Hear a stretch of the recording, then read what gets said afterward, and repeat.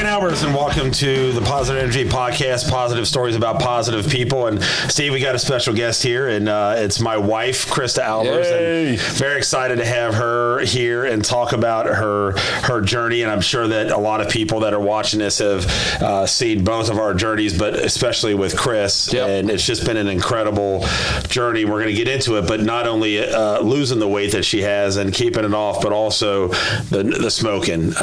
Smoking a lot, and then to quit doing that is just an amazing story. So it's going to be great to catch up with my wife. I mean, I catch up with her all the time, but everybody else. Yeah, I don't know if we're doing the show just so you can talk to her. No, it's really good to be back, Danny. It's been a minute. It's been. What?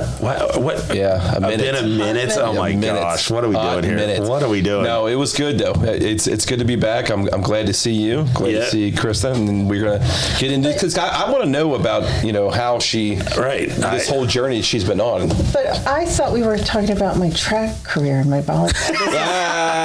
Yeah. Well, we are not going to talk about my that. Your athletic prowess. We're going to bring that up now. No. Yes, we are. So instead of joining us is my wife, Krista Albers. Krista, thank you for joining us. And that's so weird to say Krista when I call her honey all the time. So You're welcome, Dan.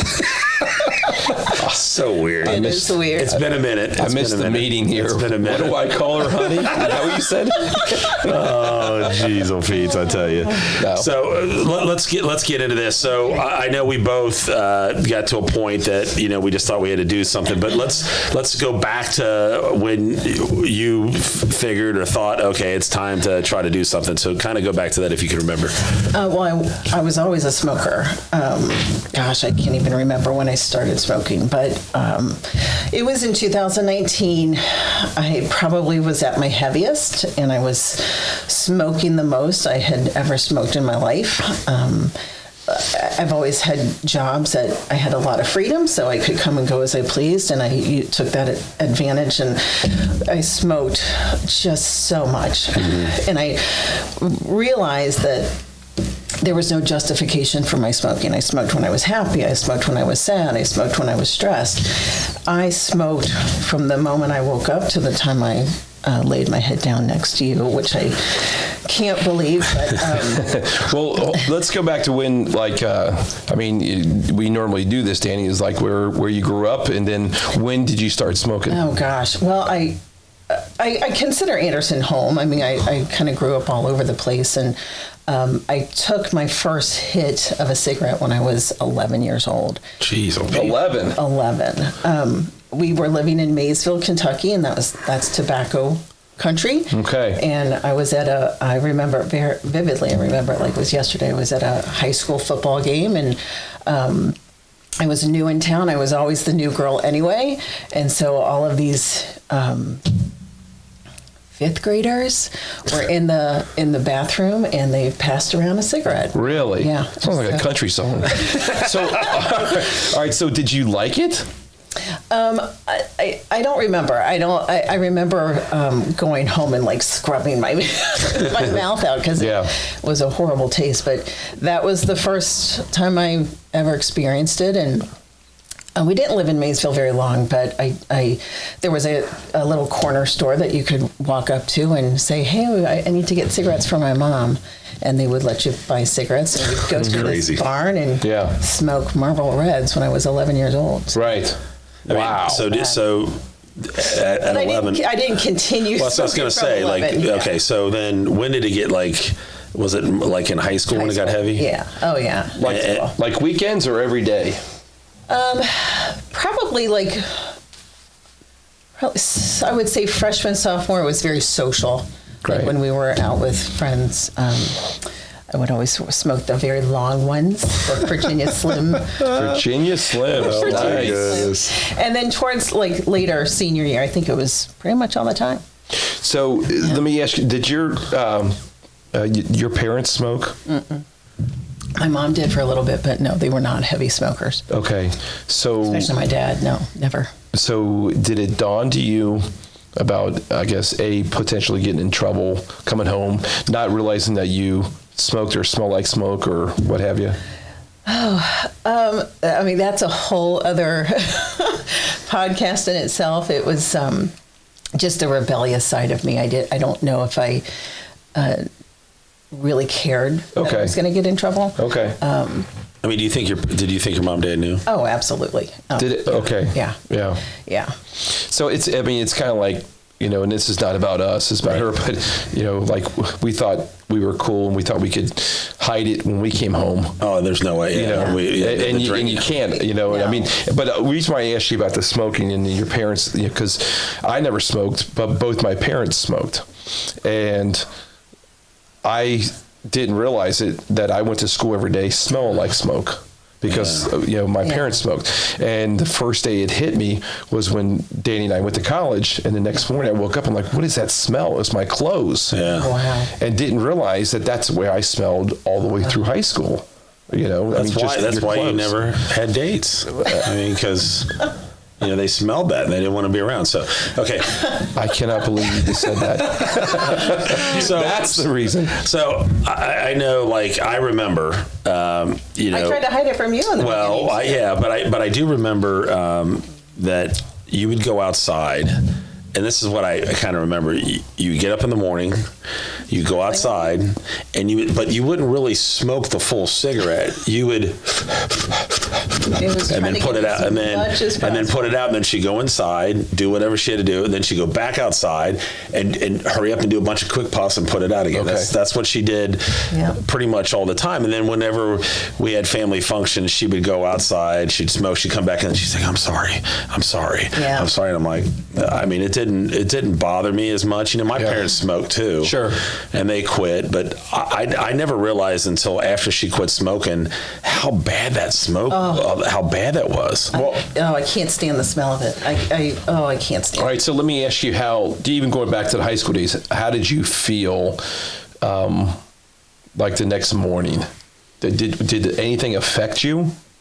So it was perfectly normal for you? Perfectly normal. Okay, so moving forward, your later years, I mean, were you affected at all the next morning? Like you hear a lot of people say, like you have a hacker's cough, smoker's cough. Not until much later. Okay. Not until, so I'm a researcher and I research everything. And so I researched, how to quit effectively. Okay. And it did, statistics show that you have to seriously quit at least 7 times before it can stick. Wow. And so I think I use that as an excuse a lot of the time. Like, I'm only on 5. How many lives I got left? Fifth time to quit. So, I'll go back. Yeah. But this, towards the end, so it was 2019 that I quit for good. And I was feeling it. I was absolutely feeling it. Waking up in the morning, I had, especially in the middle of the night, I would cough like crazy and had a really hard time catching my breath and I couldn't walk up a flight of steps. So at that point, did you know that's what it was? Yeah. I mean, there was a lot of things that there was just a realization that if you look around, you really don't see any old smokers because they don't survive. Right. You just can't live a long life and smoke at the same time. Yeah. And so Agreed. I had so much to live for. Sure. And it really kind of hit home when Lori Benassi died. Yeah. It was, she fought so hard to stay alive, and here I was just smoking, doing something that was killing me slowly. I mean, it sounds dramatic, but no, you're right. I was killing myself, yet she had something that beyond her control that was killing her, yet I could control not smoking, which I didn't. She passed away in May of 2019, and I quit the next day. I remember we're on our way to a Anderson, it was some sort of Anderson play. Okay. And I took my last cigarette outside before we went to that play, and I came home and I was a non-smoker. That's incredible. But how hard, I know that, those triggers, smoking in the car, after eating. The habits. How hard was that to break? It was tough. It was hard. And I knew the hardest part for me was kind of the waiting. So like if I was in my car and if I was in traffic, when in doubt, oh my gosh, what am I going to do? I don't have a cigarette. But time passes exactly the same way whether you smoke or not. And so prior to this time quitting, when I would quit before, I would use the patch, or I'd use, I did everything. Didn't you try? Did you try that on this? I can't remember. I did it for the first night, so I could wake up the next morning and not go crazy. And then after that, it was cold turkey. That's amazing. I still can't believe you did that.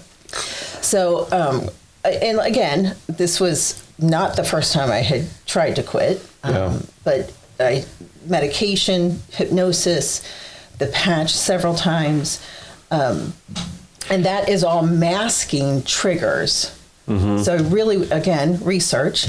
I wanted to focus on what my triggers were and not use something else to when those triggers came up. So I really had to work on the addiction and the triggers. Yeah. And so after, I think it's maybe 3 to 5 days, you're the nicotine's out of your system, so you're really no longer addicted. It's just the triggers that you have to work on then. So I didn't want to mask the triggers with like the patch or vaping, which a lot of people do now to mask those triggers. Yeah. It's the same thing. Yeah. I hate that. So when do you think that you felt like you were over the hump? I mean, mentally and obviously physically, just not saying, okay, this is not happening. You know, this time was really, really different. Okay. I knew, and I'll probably get emotional. It's all right. I had to quit. Like there was just zero option of ever picking up another cigarette. And you really kind of can compare it to an alcoholic. Yeah. You just can't ever drink again. I just could not let Dan or Zane watch me take my last breath over something that I could control. Correct. So if I could control it and quit and become as healthy as I could possibly be, then I'll live forever. No, and that's good because good for you. When she said that, it made me think of your dad. Mm-hmm. And when your dad was with leukemia and all the stuff that he had going on, and I remember they couldn't do something because he was a smoker, right? And they did they did the bone marrow or something like that. And I just remember him screaming, and I just remember when she said that, it just made me think about that, like just the pain that your dad was in because of something he chose to do. But I mean, doing all that was just an incredible accomplishment. And then you had this app that was incredible, and it told you how much money the money you saved on cigarettes alone, Steve. It was I still have it. I still have the app. You got a raise. Listen to this. So this is an amazing total of, like, it'll tell you how much money you've saved over the years, how much your lung, like. So if she gets this here, So I never did get rid of this app. It's funny. I think my sister saw this app. She's like, "You sure you still you're It's good?" a great reminder. Yeah, you're good though. Yeah. So 5 years, 6 months, and 16 days, I have quit, and I have saved $12,162. Isn't that amazing? Wow. And an annual saving of $2,100. But more importantly, hold on, doesn't it do like your lungs and your? I can't see. Oh, like it tells you how much your capacity. I got my glasses on. Let me see. But it should tell you somewhere in here how many years I have added back on my life. Oh, no kidding. That's crazy. That's really nice, though. That's cool. No, it's that's a good motivator. Cigarettes not smoked, 40,000 cigarettes. 40,000? Yeah. Time not spent smoking. And this might be, I don't know how they would measure this because I smoked a lot. I smoked a lot. 140 days spent not smoking. Yeah. That's incredible. I mean, and this is just the tip of the iceberg of your journey. I mean, of what you've accomplished. And it's just so inspiring. So, I mean, not that we want to continue to dwell on the smoking part. I want to really get to how you were you got from where you were smoking nonstop to getting over that humongous hurdle and then deciding to get even healthier on top of that? I just didn't like the way I felt or looked. Okay. It was just something, I didn't like the way I felt in the morning. So the smoking really kind of exacerbated my horrible, poor diet, exacerbated my feet problems. So I couldn't stand more than really 15 minutes at a time without my feet swelling up, and really I couldn't do anything. Like I couldn't. Her feet were bad. Like at night, she would cramp up. Her feet would cramp so badly at night. I mean, right in the middle of the night, she'd because her feet were so just horrible. And I really couldn't.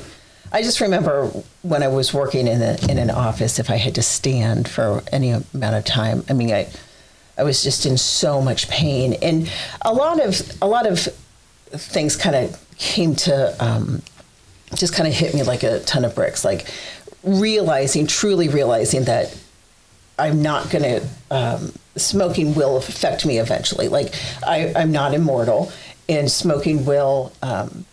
If I continued smoking, I would have some really horrible effects from it. So I had to get really real with myself, and realize that if I continued to smoke, I would die. I would die. And if I continued to eat the way I ate, I would also have a very short life. Mm-hmm. There were times when, we say it all the time, there were times when we would have fast food for breakfast, lunch, and dinner. Mm-hmm. And there was no discretion. We would just eat whatever we wanted to eat. And to think about how I eat now and how I track and allow for, and sometimes it is a little neurotic, but to think back, to think back on, I really would eat whatever I wanted to. Yeah. But that just exacerbated the inflammation in my feet. And so when I quit smoking, I don't know what it was that, again, research. So I quit smoking. It stuck for 30 days. And so I thought, okay, now it's time to make more changes. I didn't want to quit smoking and then make another big change, because that would probably... That's a lot. Well, and just... people, when they quit smoking, will tend to eat. Yeah. And so they got to find another vice. Right. So for you to do that, and at the same time, and I think the one thing that I remember for both of us, or two things I remember, was going to Michigan. Yes. And we did those dunes. You can walk up the big dunes. And we thought we were going to die. We were going to have to help. I'm not lying. Yeah. We were walking around, and we both looked at each other and said, we've got to do something. Like, when we get back, we've got to try to do something. And that was like a big kind of wake-up call for both of us. And then the other one is, like she said, the breakfast. I remember one weekend, it was like...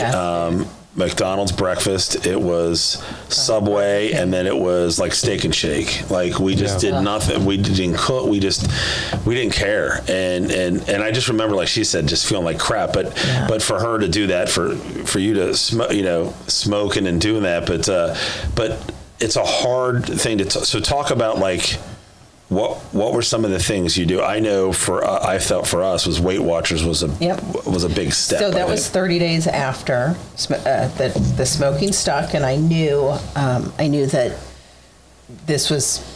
I wasn't going to go back. I knew this was different. It felt different. I almost felt like I had a new set of lungs too. Wow. So I tried so many different things. Like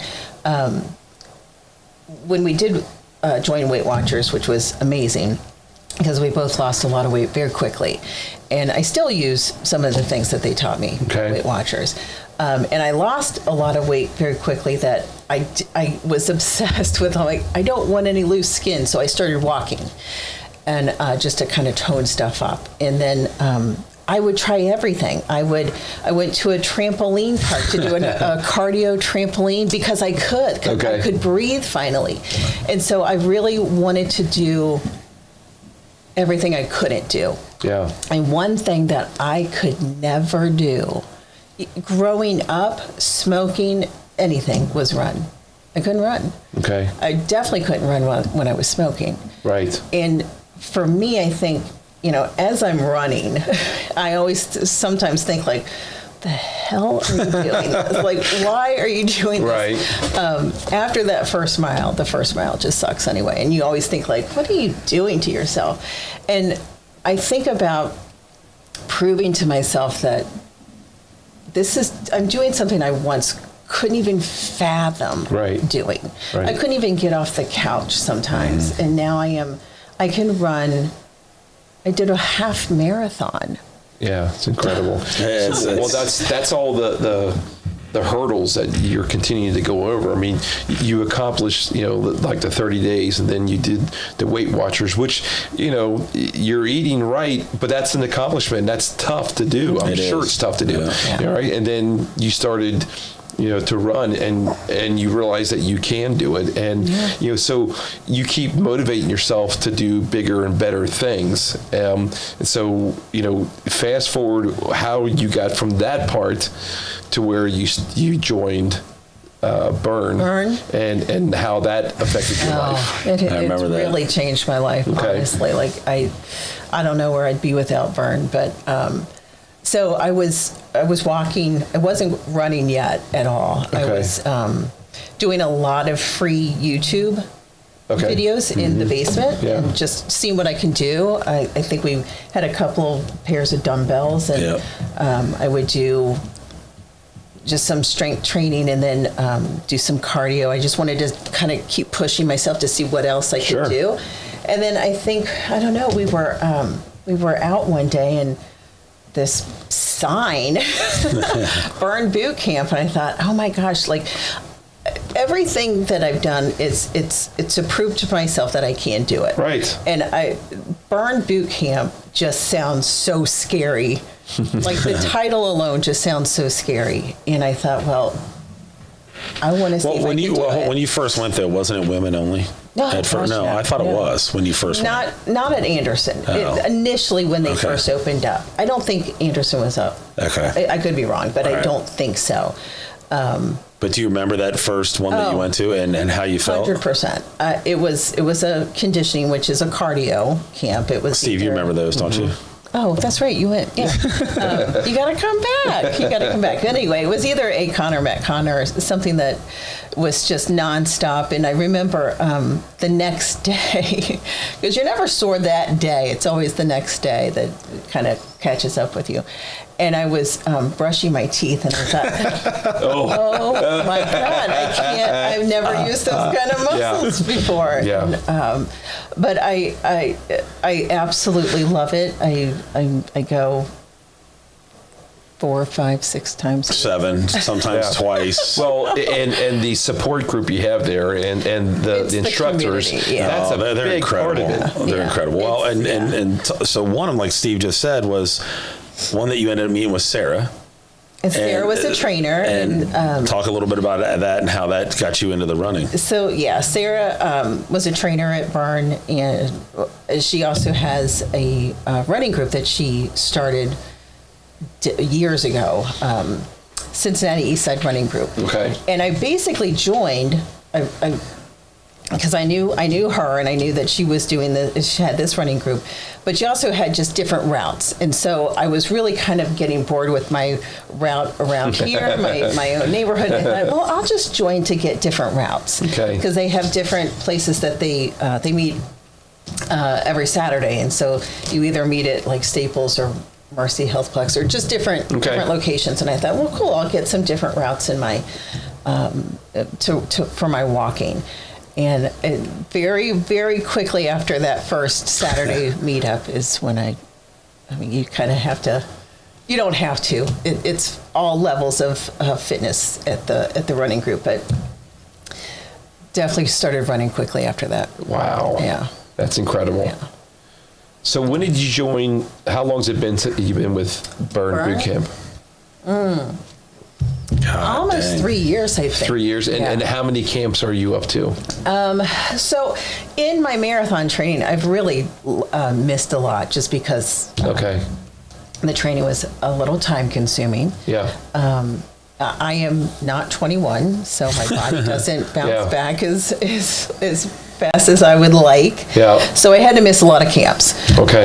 But I think I'm like 20 camps away from 750. Wow. That's incredible. That is so cool.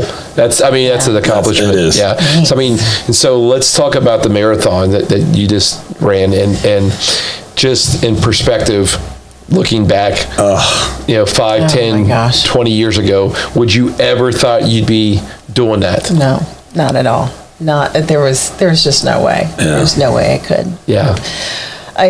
And how much better do you feel right now?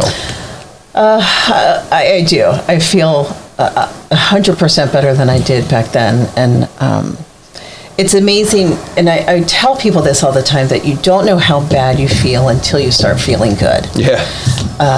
It's if I could bottle it up and sell it, I would. We would be millionaires. That's right. People just don't realize how good they can feel. Yeah. And I'll kind of get a little corny here, but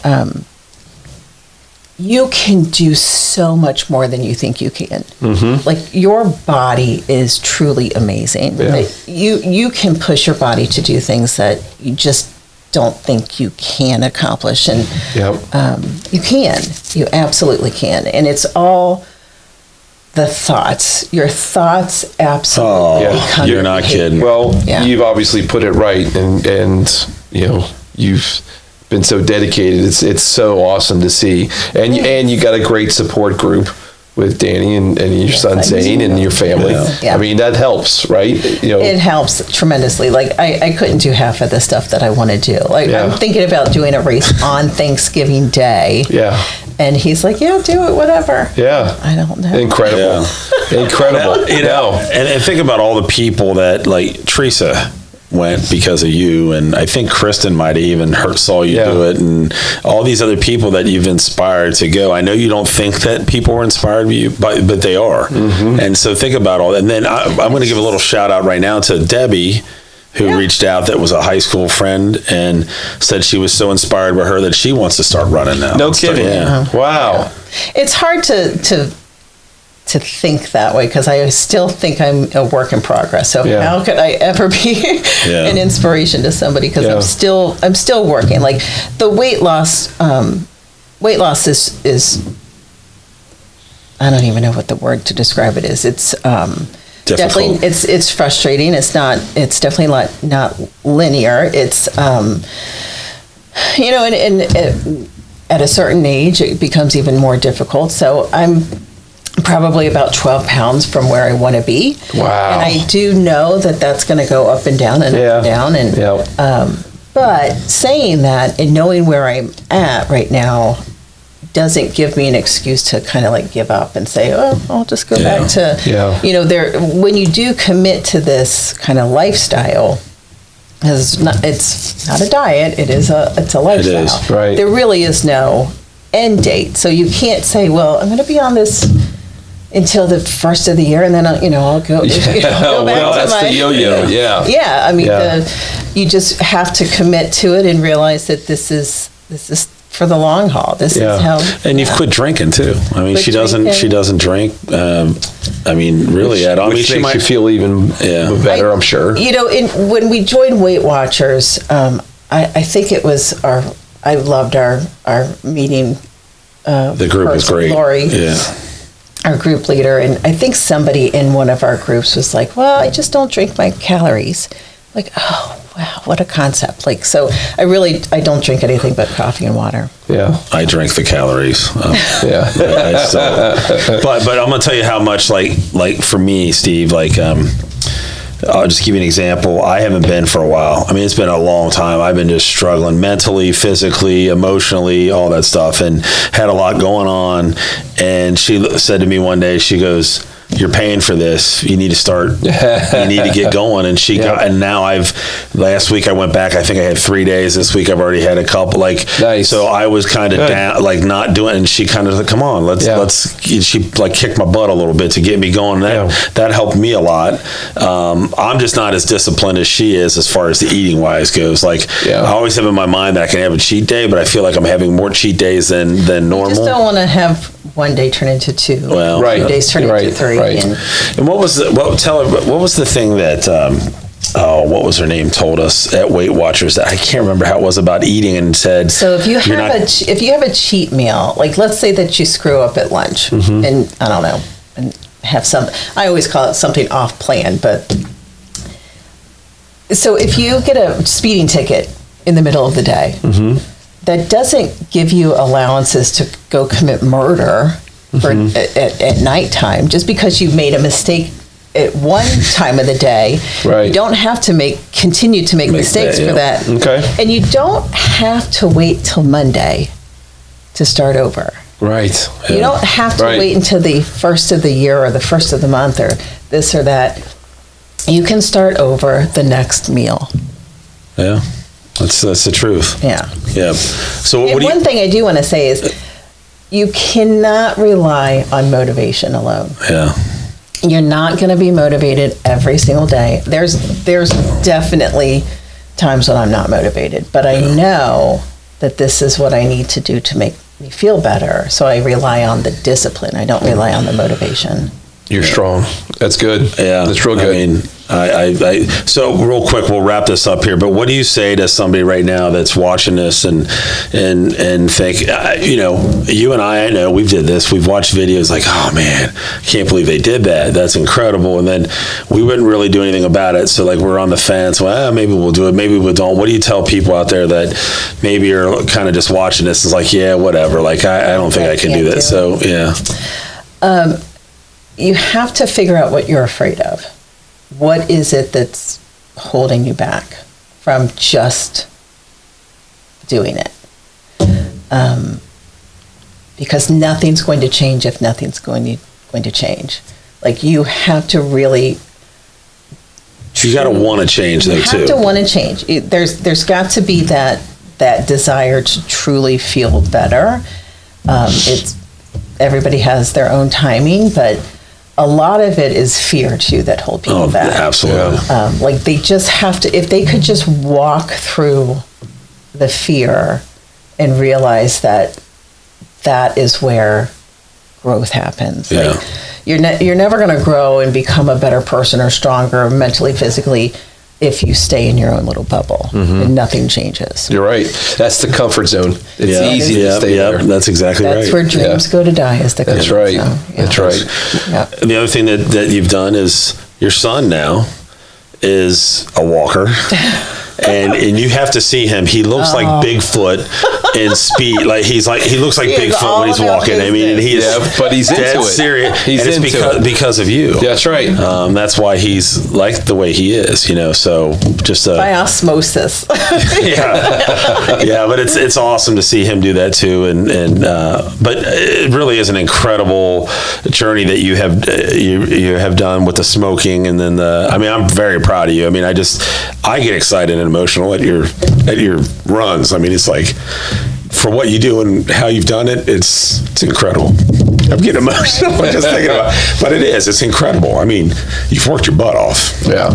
Oh, thanks. It's quite an inspiration. Yeah, it is. No question about it. Now you and I just got to get moving now. So I don't think they want us together at burn camp anymore. I mean, you and I just we would be joking and laughing, and and I think they had enough of us together at the same camp. So I'd like to lead the camp a little bit. There's no way. Well, the music we play. Oh my God. 80s. Play the 70s, 80s music. In a sunshine band. Now we're doing the burgundy dance. Oh, that is the greatest. Oh my God, that's the best. You see Danny leading that. Oh, I can do it. 2 claps on 2. Oh, that's That's great. Well, thanks for joining us. We really appreciate it. Yes.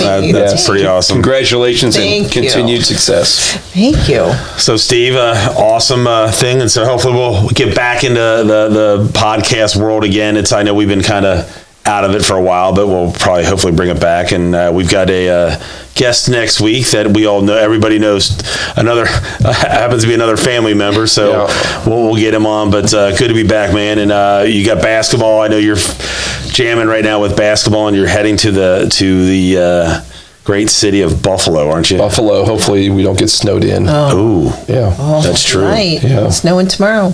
I know. Hey, do me a favor. If you get a chance, shave a little bit. What's just wrong? Trim up or do something. What's wrong? I don't know. I mean, It's not that bad, is it? It's not COVID, so if you could help us out. Oh my goodness, he's back. He's back. He is back. Unbelievable. Weird. See? That's all that counts, Steve. You don't count in this relationship. Well, you know what I mean? You're right about that. Yeah, so I used The to. bromance.